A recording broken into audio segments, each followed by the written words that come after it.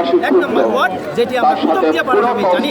এই কুতুবদিয়াপাড়া যে স্থায়ী বাসিন্দা রয়েছে বাংলাদেশের নাগরিক এবং তারা আইডি কার্ড, বাংলাদেশের আইডি কার্ড ভিত্তিক, সরকারি আইডি কার্ড ভিত্তিক তারা যে নাগরিক রয়েছে, তারা কেন যে রোহিঙ্গার একটা অবহেলার শিকার হচ্ছে? তাদের একমাত্র বেতা, এই বেতা হওয়ার জন্য একমাত্র উপায় হচ্ছে তাদেরকে স্থায়ীভাবে বসবাস করার একমাত্র উদ্দেশ্য। এই উদ্দেশ্য বাস্তবায়ন করতে গেলে জাতির উচিত সদয় দিকে সঠিক জায়গায় তাদের যে নিজ পরিবার, পারিবারিক বসবাস করার সুযোগ দিতে হবে। এই প্রত্যাশায় আমি যখন আদায় হবে না ততক্ষণ পর্যন্ত আমরা মাঠ ছাড়বো না। আমাদের দাবি আজকে থেকে শুরু। আমরা অতীতে দলীয় সরকারের কারণে আমাদের কথা বাইরে হতে পারে নাই। মন্ত্রী কারণে আমরা আপনাদেরকে হুঁশিয়ারি করতে চাই, আমরা শান্ত মানুষ, কক্সবাজারের সমস্ত মানুষ তাদের পক্ষে আছে। তাদের পক্ষে যদি অন্যায় করা হয় তাহলে কক্সবাজারের মানুষ মেনে নেবে না, মেনে নেবে না।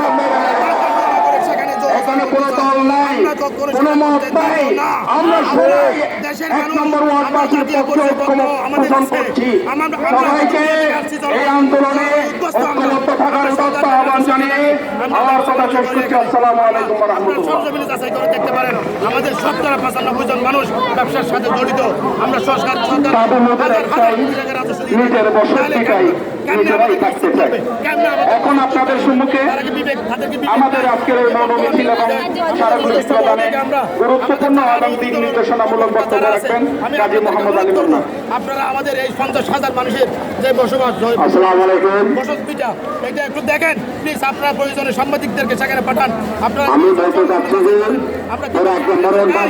আমরা সন্ত্রাস করি সেটা আপনারা জাস্টিফাই করেন। আমি পুনরায় আবার কথা বলছি,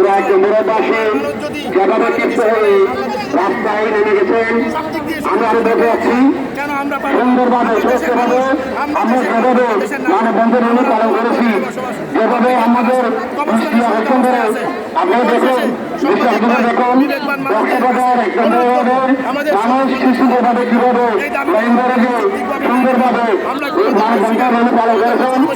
আরেকটা কথা হলো, আমাদের ২০০৭ সালের মতো আমির সন্দর্ভ যে ডিসিশন ছিলেন, উনি আমাদেরকে একটা ফুটবল জমা দিয়েছিলেন, একটা ফুটবল জমা দিয়েছিলেন।